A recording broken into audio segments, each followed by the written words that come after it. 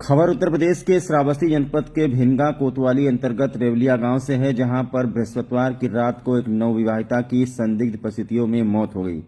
मायके पक्ष के लोगों ने ससुरालियों पर दहेज हत्या का आरोप लगाते हुए थाने में प्रार्थना पत्र दिया। पुलिस ससुराल पक्ष के 6 लोगों पर मुकदमा दर्ज करके आगे की कार्रवाई में जुटी हुई है। वहीं पुलिस के द्वारा नवविवाहिता के शव को कब्जे में लेकर पोस्टमार्टम कराया गया है।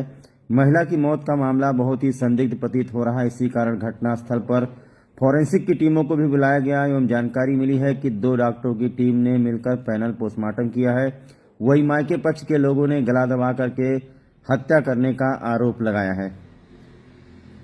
इस संबंध में प्रार्थना पत्र देते हुए मृतका के पिता चेतराम निवासी लोगवा थाना गिलौला ने बताया कि उन्होंने अपनी बेटी सुषमा, जिसकी उम्र करीब 22 साल है, उसकी शादी अभी हाल ही में 1 मार्च को भिनगा कोतवाली के रेवलिया गांव निवासी देवराज उर्फ गोलू पुत्र रामबचन के साथ पूरे रीत रिवाज और हैसियत के मुताबिक दान दहेज देकर के किया था।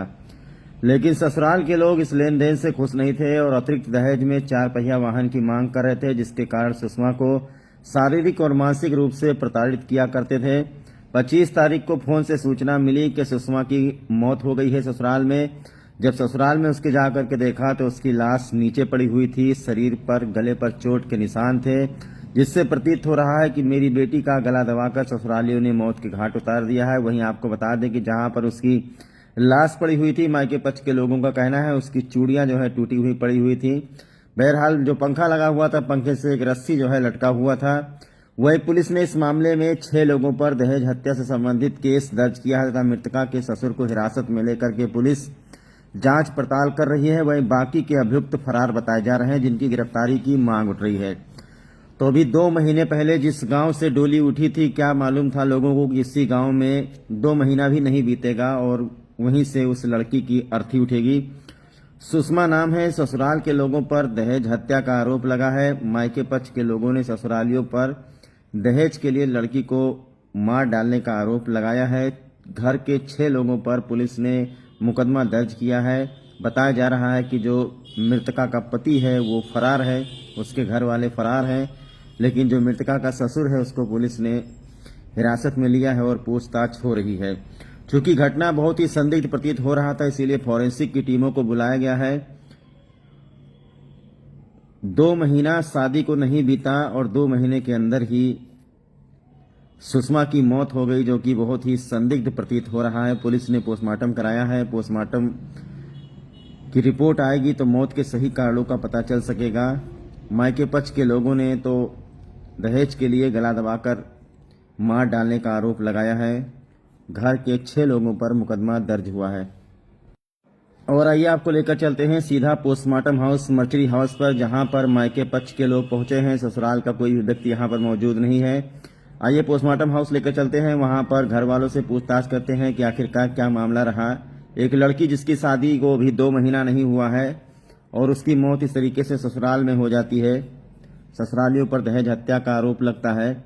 घर के लोगों ने मांग की है कि जो लोग फरार हैं, जो अभियुक्त हैं, उनकी तत्काल गिरफ्तारी की जाए ताकि लड़की के परिवार वालों को इंसाफ मिले। क्या नाम पड़ेगा चाचा आपका? चेतराम। चेतराम कहाँ रहने वाले हैं आप? अंडरगवा, गिलौला थाना। अच्छा, ये क्या मतलब जानकारी मिली है कि आपके बेटी की ससुराल में मौत हो गई है? कैसे मौत हुई है, क्या हुआ है, सारी घटना आप विस्तार से बताइए।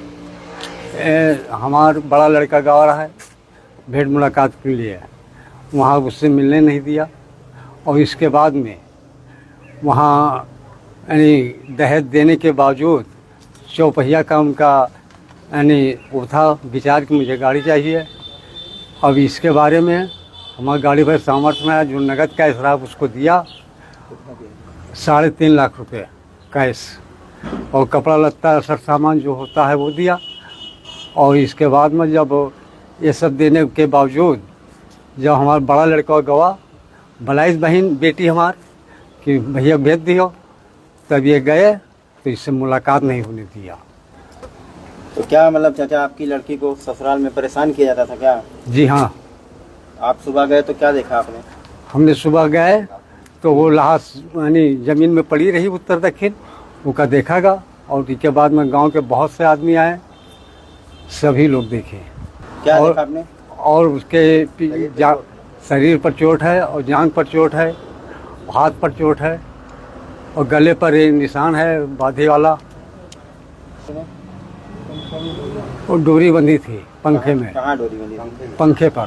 तो डोरी बंधी थी तो कहा आपकी बेटी डोरी से लटकी हुई थी? ना, लाश कहाँ पड़ी थी उसकी? जमीन पर। तो क्या लगता है, मतलब आपके दामाद ने क्या आपकी हत्या कर दी हाँ क्या? हाँ, जानबूझकर हत्या किया उन्होंने। क्या नाम पड़ेगा भैया आपका? संतोष कुमार वर्मा।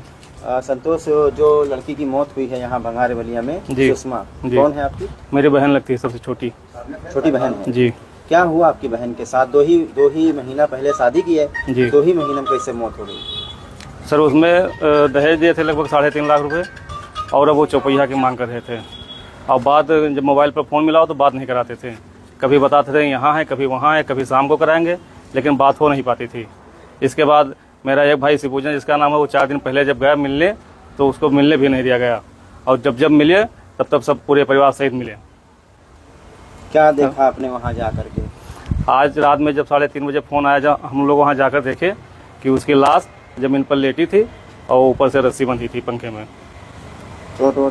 चोट हाथ में, पैर में और गर्दन पे थी। चोट के निशान थे? जी। तो क्या लगता है आपको, मतलब क्या हुआ उसके साथ? हमें तो सीधे हत्या लगता है सर, क्योंकि जो रस्सी की गांठ थी वो बहुत ढीली थी। नहीं तो क्या रस्सी पे किसी ने लटकते हुए आप लोगों ने या किसी ने देखा? जी नहीं देखा। तो बॉडी किसने उतरवाई है? बॉडी उनके घर वालों ने उठवाई है। पुलिस ने नहीं उतरवाई? जी नहीं। कोई सीओ मजिस्ट्रेट वहाँ पहुँचा? सर कोई नहीं था। बात बस वह पहुँचा। किसी के सामने नहीं बता दी गई।